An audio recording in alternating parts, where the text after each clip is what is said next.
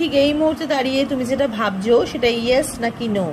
যেই সমস্যার মধ্যে রয়েছো বা যেই প্রবলেমের মধ্যে রয়েছো না কেন বা যেটাই ভাবছো না কেন সেটা ইয়েস নাকি নো। অবশ্যই কিন্তু ডবল ট্যাপ করে এই শর্টসটাকে ক্লেম করতে হবে। যে এই মুহূর্তে দাঁড়িয়ে তুমি যেটা ভাবছো সেটা ইয়েস নাকি নো।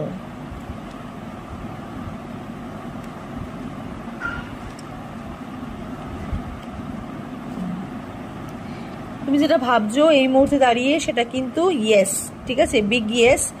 তোমাদের না কিছু একটা সমস্যা এতদিন ধরে ছিল, সেই সমস্যাটা চলে যাচ্ছে এবং তোমাদের লাইফে কিন্তু একটা বিগ সারপ্রাইজ বা বিগ গুড নিউজ তোমাদের জন্য অপেক্ষা করছে।